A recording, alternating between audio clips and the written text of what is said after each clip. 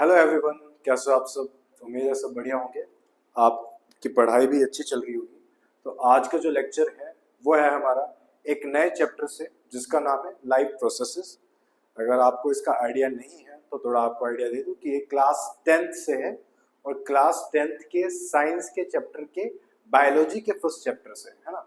Biology के first chapter से ये हमारा सबसे पहला चैप्टर आता है लाइफ प्रोसेसेस, जिसके अंदर हम काफ़ी चीज़ें डिटेल के अंदर डिस्कस करने वाले हैं। फॉर एग्जांपल, जैसे हमारी ज़िंदगी में जितने भी हमारे पार्ट्स है जो हमारे लिविंग ऑर्गेनिजम्स को चलाने के लिए चाहिए, या फिर हमारी ह्यूमन बॉडी को जो एक लाइफ साइकिल को कंप्लीट करने के लिए जितने भी प्रोसेसेस चाहिए, वो सारे के सारे इस एक चैप्टर्स के अंदर हम डिस्कस करने वाले हैं। ठीक है, तो इसके अंदर जो सबसे पहले डायग्राम आपको एक दिखाता हूँ, उससे ही सारी के सारे इस चैप्टर का पूरा समराइज हो जाएगा कि ये पूरा एक डायग्राम है और यही पूरी एक समरी है। फॉर द रीजन, क्योंकि यही सब हमें इस चैप्टर के अंदर और ज्यादा डिटेल के अंदर पढ़ना है। तो ओवरव्यू चैप्टर का आपके सामने, और यहाँ पर डेफिनेशन भी लिखी हुई है या फिर बोलो हेडिंग भी लिखी हुई है, what our life processes. Life processes basically वो चीजें होती है जो हमारी लाइफ को कंटिन्यू रखने के लिए चाहिए होते हैं। जो हमारी बॉडी के अंदर जितने भी प्रोसेसेस चल रहे हैं, चाहे वो डाइजेशन हो, चाहे वो न्यूट्रिशन हो, चाहे रेस्पिरेशन हो, ये जितने भी प्रोसेसेस है, ये सारे प्रोसेसेस किसके अंदर आते हैं? अपनी लाइफ प्रोसेसेस के अंदर आते हैं। स्टार्ट करते हैं किससे? देखो, जब हम कोई भी लाइफ प्रोसेस के स्टार्ट करते हैं तो पहले हमें जिंदा रहने के लिए जो चीज चाहिए वो चीज चाहिए खाना। और वो खाने को हम क्या बोल देते हैं यहाँ पर? न्यूट्रिशन। वो खाना ही किसके अंदर आ गया? हमारा न्यूट्रिशन के अंदर आ गया। तो सबसे पहले क्या होगा, यहाँ पर हम न्यूट्रिशन को क्या करेंगे? लेंगे। किसी भी तरीके से ले सकते हैं, different different organism different different तरीके से और जो न्यूट्रिशन ग्रैब करते हैं। फॉर एग्जांपल, जैसे अगर हम प्लांट की केसेस की बात करें, प्लांट्स में क्या होता है? प्लांट्स के अंदर वो फोटोसिंथेसिस परफॉर्म करके अपना फूड खुद बनाते हैं। लेकिन अगर वहीं पे एनिमल्स की केस की बात करें, ऐसा तो नहीं होता कि एनिमल्स भी अपना खाना खुद बना रहे हैं। वो किसी और चीज के ऊपर डिपेंड है, चाहे वो प्लांट्स बोलो, चाहे फिर वो नॉन वेजिस के लिए क्या एनिमल्स बोलो, यानी कि वो किसी और चीज पे डिपेंड है अपने खाने के लिए। तो न्यूट्रिशन डिपेंड कर सकता है वो कैसे अब्सॉर्ब कर रहे हैं। जो वो न्यूट्रिशन अपना क्या ले लेंगे, पूरी तरह से न्यूट्रिशन को अब्सॉर्ब कर लेंगे बॉडी के अंदर, या फिर बोलो खाना जो है कंज्यूम कर लेंगे। उसके बाद जो नेक्स्ट प्रोसेस आता है उसके अंदर, वो आता है, वो किस प्रोसेस में जाता है? वो प्रोसेस में जाता है डाइजेशन के। अगर आपको डाइजेशन का मतलब नहीं पता, डाइजेशन क्या होता है? एक कोई भी कॉम्प्लेक्स फूड को एक सिंपल फॉर्म में तोड़ना, एक कॉम्प्लेक्स फूड को एक सिंपल फॉर्म में तोड़ना, एक छोटे छोटे पार्टिकल्स के अंदर तोड़ना ही डाइजेशन है। फॉर एग्जाम्पल, यहाँ पर ये एक ब्रेड है। अगर मैं यहाँ पर एक ये प्रोसेस ले रहा हूँ, ये ब्रेड के कुछ इस तरह से होल है, ये क्या है? ब्रेड है। ये ब्रेड डिफरेंट डिफरेंट चीज़ों से बना हुआ है। फॉर एग्जाम्पल, इसके अंदर आपको फाइबर देखने को मिलेगा, इसके अंदर आपको शुगर देखने को मिलेगा, या फिर इसके अंदर आपको और क्या प्रोटीन्स देखने को मिलेंगे। ठीक है, जितने एमिनो एसिड्स देखने को मिलेंगे। इस ब्रेड्स के अंदर डिफरेंट डिफरेंट चीज़ें हैं और ये डिफरेंट डिफरेंट के कॉम्बिनेशन में एक ब्रेड बना हुआ है। लेकिन जब ये डाइजेशन प्रोसेस के अंदर जाएगा, ये अपने जो इंडिविजुअल पार्ट्स है, जैसे ये फाइबर्स हो गया, ये शुगर हो गया, यानी कि जो छोटे छोटे पार्टिकल्स हैं जिससे बना हुआ है, वो उसके अंदर टूट जाएगा। टूटने के बाद जो ये प्रोसेस आता है, इसी को हम क्या बोलते हैं? डाइजेशन बोलते हैं। तो न्यूट्रिशन के बाद जो नेक्स्ट प्रोसेस हमारी बॉडी के अंदर होता है वो होता है मेटाबॉलिज्म, या फिर बोलो डाइजेशन। मेटाबॉलिज्म का मतलब क्या होता है? मेटाबॉलिज्म का मतलब होता है हमारी बॉडी के अंदर sum total of all the reaction taking place, यानी कि एक सेल या फिर हमारी पूरी बॉडी के अंदर जितने भी रिएक्शंस हो रही हैं, वो सारी की सारी क्या कॉन्स्टिट्यूट करती है? मेटाबॉलिज्म को कॉन्स्टिट्यूट करती है। तो ये भी एक तरह से, क्योंकि इसके अंदर एक कॉम्प्लेक्स फूड एक सिंपलर फॉर्म में टूट रहा है, तो ये भी क्या है? एक तरह से मेटाबॉलिज्म है। इसलिए यहाँ पर इन्होंने डाइजेशन ना लिख के मेटाबॉलिज्म लिख दिया, बट आप यहाँ पर बेटर है तो आप यहाँ पर डाइजेशन ही लिखिए, क्योंकि हमें डिस्कस तो मेन डाइजेशन ही करना है। मेटाबॉलिज्म इतना ज्यादा डिस्कस नहीं करना, क्योंकि मेटाबॉलिज्म में हर चीज आ जाती है। उसमें रेस्पिरेशन भी आ गया, ट्रांसपोर्टेशन भी आ गया, मेटाबॉलिज्म में सब आ जाते हैं, सारी रिएक्शन आ जाती है। तो बेटर है मेटाबॉलिज्म को ना लिख के यहाँ पर आप डाइजेशन को फोकस करें। ठीक है, जब ये सिंपलेस्ट सिंपलेस्ट चीजें हमारी ब्रेक हो गई, सिंपलर फॉर्म में टूट गई, अब क्या होगा? उसको बॉडी को जो सेल तक है, डिफरेंट डिफरेंट ऑर्गन है, वहां तक पहुंचाना है। फॉर एग्जाम्पल, प्रोलीन है, कोई एक मान लो कोई भी एग्जाम एक्स आप एमिनो एसिड ले लो, प्रोलीन ले लेते हैं, और वो चाहिए हमारे माइंड को चाहिए, तो उसे माइंड तक उसे ट्रांसपोर्ट भी तो करना पड़ेगा। तो यहाँ पर क्या होता है, अगर मैं इसको थोड़ा सा इरेज कर दूं,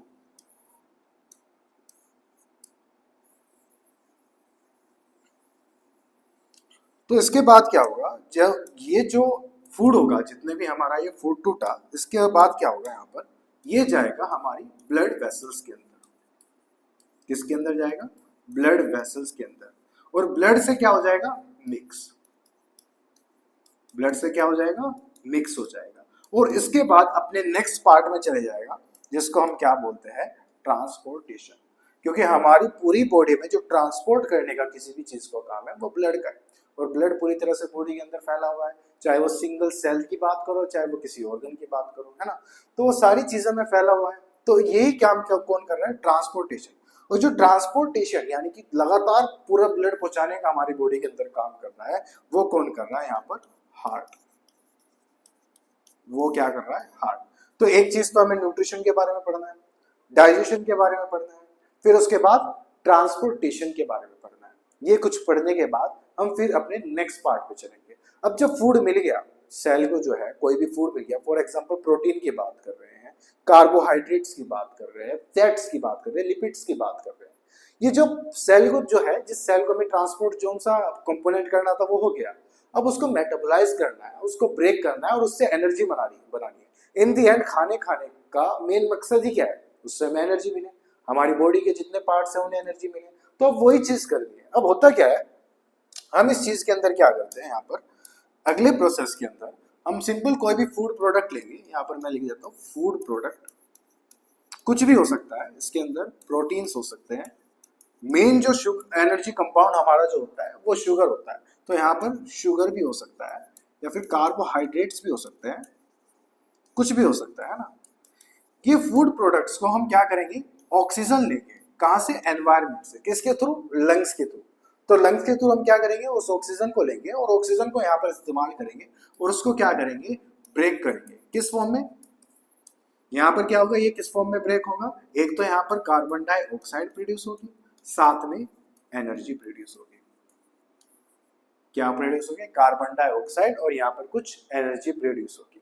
अब जब ये पूरा का पूरा यहाँ पर ब्रेक हो जाता है, किसमें? CO2 और एनर्जी में। इसका तो हम यूज कर लेंगे, एनर्जी तो हमारी बॉडी को क्या कर लेगी? यूज कर लेगी। लेकिन CO2 क्या है? एक वेस्ट प्रोडक्ट है। यहाँ पर ये क्या है? वेस्ट प्रोडक्ट है। और इसको बॉडी क्या करती है? लंग्स के थ्रू ही रिमूव आउट कर देती है। लंग्स के थ्रू ही इसको क्या कर देते हैं? रिमूव आउट कर दिया जाते हैं। और इस पूरे प्रोसेस को ही हम क्या बोलते हैं? रेस्पिरेशन बोलते हैं। जनरली स्टूडेंट्स कंफ्यूज होते हैं कि रेस्पिरेशन की डेफिनेशन में, जैसे कि बात करें कि रेस्पिरेशन, कुछ लोग अगर पूछे तो वो सिंपल जवाब देते हैं सांस लेना और छोड़ना respiration. But that's not true, for the reason क्योंकि रेस्पिरेशन क्या है? ऑक्सीजन की मदद से फूड प्रोडक्ट को एनर्जी और CO2 में तोड़ना और CO2 को रिमूव आउट करना इज रेस्पिरेशन। ये एक साइंटिफिक डेफिनेशन है किसकी? रेस्पिरेशन की। तो जब हमने फूड कंज्यूम कर लिया, उसको ब्लड के अंदर ट्रांसपोर्ट कर लिया, तो उसके बाद जो नेक्स्ट प्रोसेस आता है वो कौन सा आता है? यहाँ पर ये वाला, यहाँ पर जो नेक्स्ट प्रोसेस आता है इसके अंदर वो आता है रेस्पिरेशन, जिसके जो मेन पार्ट है ऑक्सीजन को इन करने के लिए और CO2 को आउट करने के लिए, वो है लंग्स। तो यहाँ पर हमें क्या डिस्कस करने हैं? लंग्स डिस्कस करने हैं।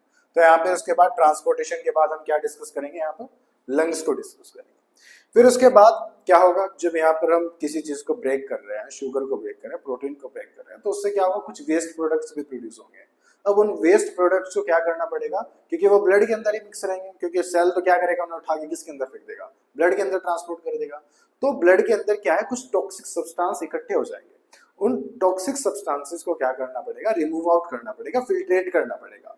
और फिल्ट्रेट करने के लिए उस क्या इस्तेमाल होते हैं? किडनीज इस्तेमाल होती है। और उस प्रोसेस को जब भी हम कोई वेस्ट जो प्रोडक्ट हमारे अंदर बनता है, वेस्ट कोई भी सब्सटेंस जो हमारे अंदर प्रोड्यूस होता है, जो उसको हम रिमूव आउट करते हैं, उस प्रोसेस को ही हम क्या बोलते हैं? एक्सक्रीशन। ठीक है, एक्सक्रीशन क्या है? हमारी बॉडी से वेस्ट को रिमूव आउट करना। डाइजेशन क्या है? उसे कॉम्प्लेक्स फूड को सिंपलर फूड में तोड़ना। तो ये बात मुझे लगता है आपको क्लियर हो गई होगी कि डाइजेशन और एक्सक्रीशन में फर्क क्या है। ठीक है, तो एक्सक्रीशन के लिए यहाँ पर जो इस्तेमाल होते हैं, डाइजेस्टिव सिस्टम भी इस्तेमाल होता है क्योंकि वहां पे वेस्ट प्रोडक्ट प्रोड्यूस हो रहे हैं। और यहाँ पर एक और चीज इस्तेमाल होती है, वो होती है किडनीज। एक और चीज इस्तेमाल होती है, वो होती है किडनीज। तो किडनीज का क्या काम कर रही है? किडनीज एक्सक्रीशन में ब्लड को फिल्ट्रेट करने का काम कर रही है, यूरिन फॉर्मेशन के अंदर काम कर रही है। और वहीं पे डाइजेस्टिव सिस्टम, जो हमने खाना खाया उसके बाद जो वेस्ट प्रोड्यूस हुआ, जिसको हम बोलते हैं फेसेस, उसको रिमूव करने के अंदर काम में आता है। ठीक है जी। तो जब एक्सक्रीशन हो गया, सब कुछ हो गया, अब नेक्स्ट जो पार्ट आता है, लास्ट पार्ट जो बचता है, जो हमारी लाइफ को कंटिन्यू करने के लिए सबसे ज्यादा जरूरत है, वो होता है रिप्रोडक्शन। उसके अंदर क्या है, किसी भी ऑर्गेनिज्म को रिप्रोड्यूस करना बहुत ज्यादा जरूरी है। फॉर एग्जाम्पल, आज कोई भी अर्थ के ऊपर कोई नया ऑर्गेनिज्म आता है, एग्जिस्ट करता है, वो एग्जिस्ट कितने दिन तक कर लेगा अगर वो रिप्रोड्यूस नहीं कर पाएगा? उसकी जनरेशन टू जनरेशन ट्रांसफर कैसे होगी, उसकी जनरेशन आगे कैसे बढ़ेगी? तो अगर किसी भी ऑर्गेनिज्म को अर्थ के ऊपर लगातार एग्जिस्ट करते रहना है, अपनी स्पीशी को ऐसे ही लगातार कंटिन्यू करना है, तो उसे रिप्रोड्यूस करना बहुत ज्यादा जरूरी है। तो जो नेक्स्ट लाइफ प्रोसेस आता है, जो बहुत ज्यादा इंपॉर्टेंट है लाइफ के लिए, वो आता है रिप्रोडक्शन, जिसके अंदर मेल क्या करते हैं, अपने गैमेट्स रिलीज करते हैं, फीमेल अपने गैमेट्स रिलीज करते हैं। मेल गैमेट स्पर्म्स होते हैं, फीमेल गैमेट ओवम होते हैं। खैर ये बहुत ज्यादा बात की बात है, जब हम रिप्रोडक्शन डिस्कस करेंगे इसी क्लास के अंदर। अभी के लिए तो आपके लिए ये कुछ लाइफ प्रोसेसेस हैं जो आपके सिलेबस में या फिर आपके लिए बहुत ज्यादा इंपॉर्टेंट है, क्योंकि इन दी एंड ये पूरा जो चैप्टर रिवॉल्व होने वाला है वो इसके अराउंड ही होने वाला है। ये पूरा चैप्टर इन्हीं टॉपिक्स पे हम डिटेल में डिस्कस करने वाले हैं। तो ये मैं इरेज कर देता हूं, बाकी आप इसको नोट कर लीजिए। इस डायग्राम को आप बना सकते हैं। आप ये जो ऊपर वाले डायग्राम है इनको छोड़ सकते हैं, सिर्फ और सिर्फ यहाँ पर प्रोसेस जो है उनके आप यहाँ पर नाम लिख सकते हैं।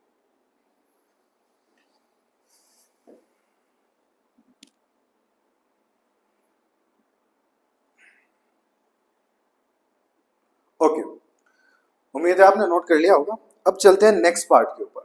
नेक्स्ट पार्ट है, चलो बात कर रहे हैं हम लाइफ प्रोसेस की, लेकिन हमें कैसे पता कि कोई ऑर्गेनिज्म लिविंग है या नॉन लिविंग है?